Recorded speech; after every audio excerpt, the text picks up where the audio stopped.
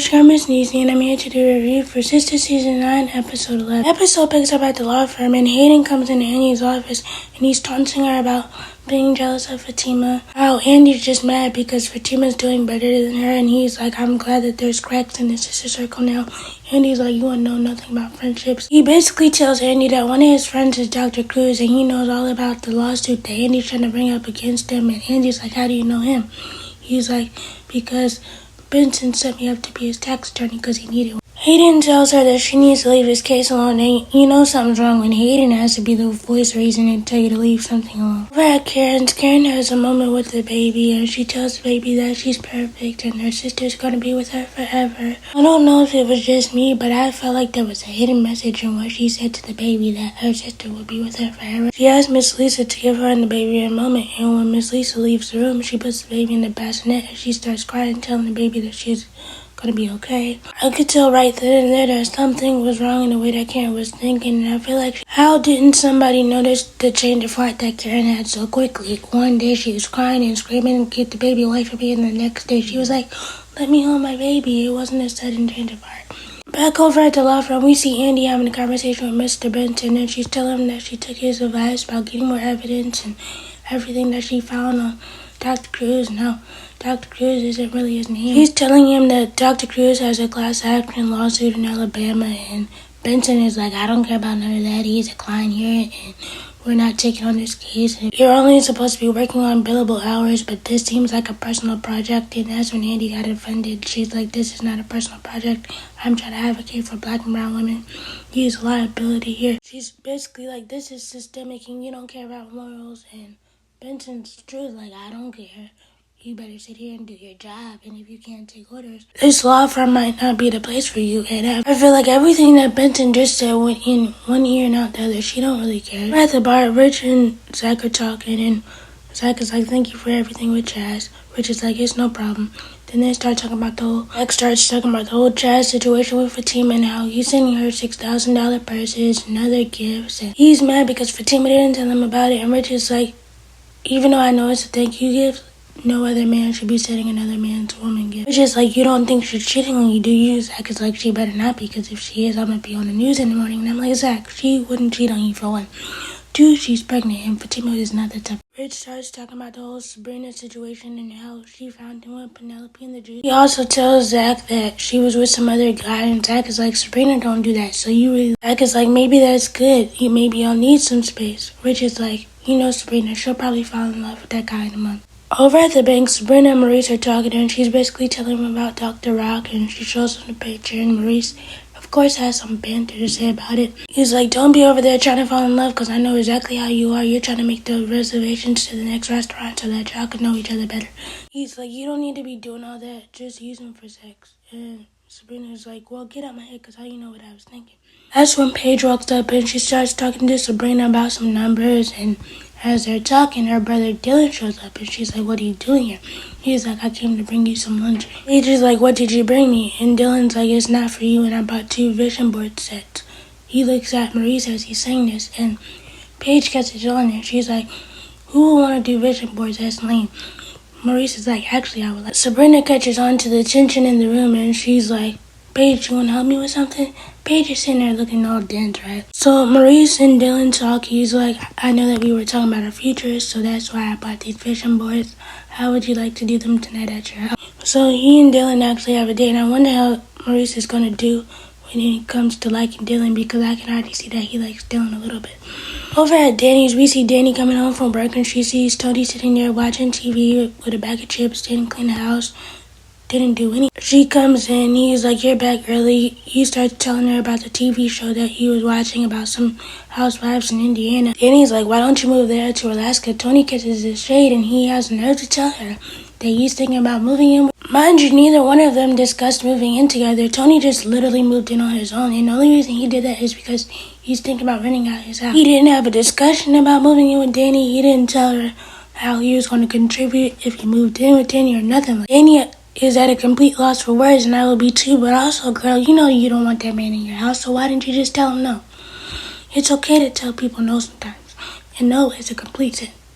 You don't have to explain it. Back over at the law firm, we see Fatima getting a call from her doctor, and it turns out that it's one of the nurse's assistants, and they're just calling to let her know that Zach told them that she's exploring other options and she won't be having the baby at the hospital.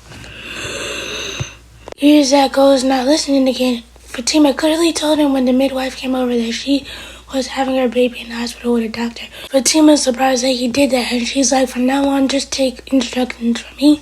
And I'm like, how could he even do that? Because they're not legally married, so you can't change. Andy comes in, and she's basically telling her that she's still going to pursue the case after Mr. Benson told her not to. Andy's the type of person that she's okay with getting in trouble as long as it's beneficial to her. If it doesn't benefit her any type of way, she don't want you to do it. As Andy is talking to Fatima, she realizes that Fatima's not okay, so she's like, I'm taking my boss hat off. Talk to me as your friend. Is everything okay? Fatima's like, I'm okay, just a lot on my mind. Once Andy leaves, Fatima gets a call from Chaz saying that the meeting didn't go well and Zach is out of control. He came at me because I mentioned the person at the gifts. Fatima's like, oh my God, you can't keep doing this because my man is not going to see it that way. Fatima, what you should have said was, don't send me no more gifts. I appreciate working with you, but this is strictly professional. Chaz is like, I just want to let you know the next time if I see Zach, it's not going to be so nice. Back over at the bar, some time has passed and Zach is really drunk now, and Rich is not that drunk because he knows his limit. So Zach is just talking. He's like, a drunk person speaks a sober mind. Rich is like, you shouldn't talk to her while you're drunk. You should talk to her while you're sober. Zach is like, I'm going to talk to her just like this. Rich takes it upon himself to call Sabrina from Zach's phone.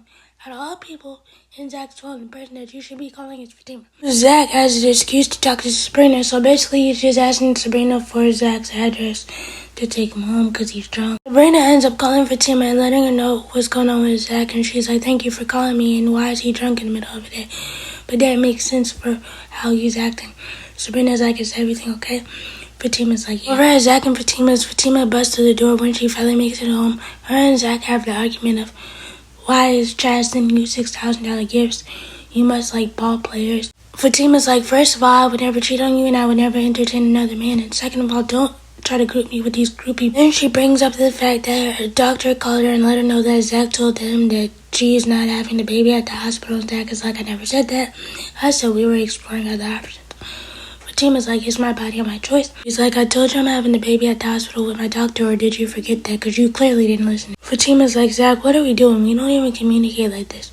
Zach is like, yeah, communication is something that you're... He's like, I find it funny how you can sit there and talk to Danny about Karen and the baby and how you are happy that it was my baby. Look on Fatima's face was like she had so much remorse, and she's like, Zach, I didn't even mean it like that. Did you hear about the fact when I said I feel bad for your feelings? It's like, you don't even feel bad. You're happy that you don't have to deal with Karen for the rest of your life. Fatima's like, do you not remember that I was one that took Karen to the hospital and was there for her every step? They continue to argue some more, and she's like, I'm not going to continue to do this because you're drunk. And Zach is like, so we name calling now? So Fatima walks out the house, and when she walks out the house, Chaz is standing there. And she's like, Chaz, what are you doing at my house? That's when Zach walks outside. He's like, I want to know something. Chaz, I don't know what you're looking for, but you might find yourself laid out at the hospital. You came on this man's property, showing up at his door. So he has every right to do what he needs to do. Back over at Karen's, Aaron comes back in from the grocery store and he's calling for Karen. He notices that Faith is not in her bassinet and Karen's not there. Miss Lisa comes out the room and Aaron's like, were y'all back there sleeping? Miss Lisa's like, no. He's like, where's Karen and where's Faith? Miss Lisa's like, I don't know. The last time I seen Karen, she was in here bonding with Faith. It's like, where could she be? She's not even allowed to drive yet. Miss Lisa's like, why don't you call her? So he calls her. Miss Lisa realizes that she left her phone, so she lets Aaron know that her phone's still in here. Aaron's like, there's her keys. Miss Lisa's like, she probably went for a walk with Faith. Aaron doesn't believe that, and panic starts to set in. So Miss Lisa's like, I'll go check outside. Aaron's like, I'm coming with you. Over at the restaurant, Danny is sitting there talking to Pam because Pam came to get a drink because of how Karen's treating her. Danny's like, well, that's your job.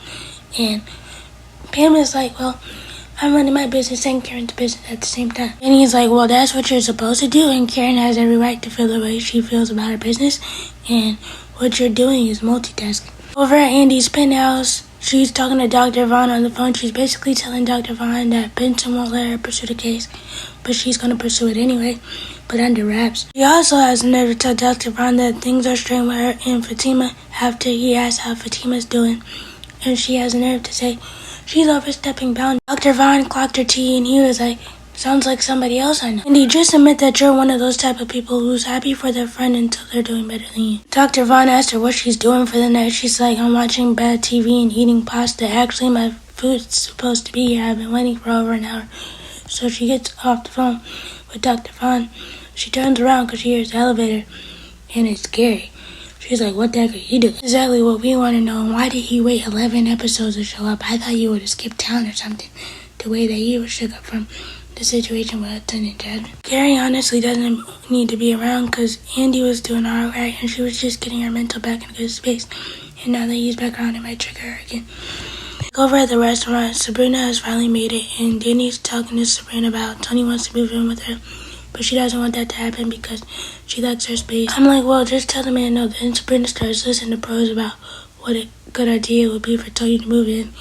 And Danny's like, I understand all that, but no, I don't want it. And somehow Andy is brought up into the conversation, and Danny's like, well, her track record with men is she just wants to date people and don't even see their red flag. And he also tells Sabrina that her cousin will be meeting them at the restaurant. Sabrina brings up the whole thing about Andy lying, and she actually went to go see Dr. Vaughn instead of hanging out with the girls, and Sabrina's like, I don't like how she lies to us. Sabrina, she's not a good friend. I don't even know why I'll keep her around. Danny gets a call from Aaron, and Aaron's asking her has she talked to Karen today. Danny's like, no, I haven't. I just saw Pam, though, so she might not want to be on the phone because Pam said the shop is a mess. She asked Sabrina, did she talk to Karen? Sabrina's like, no.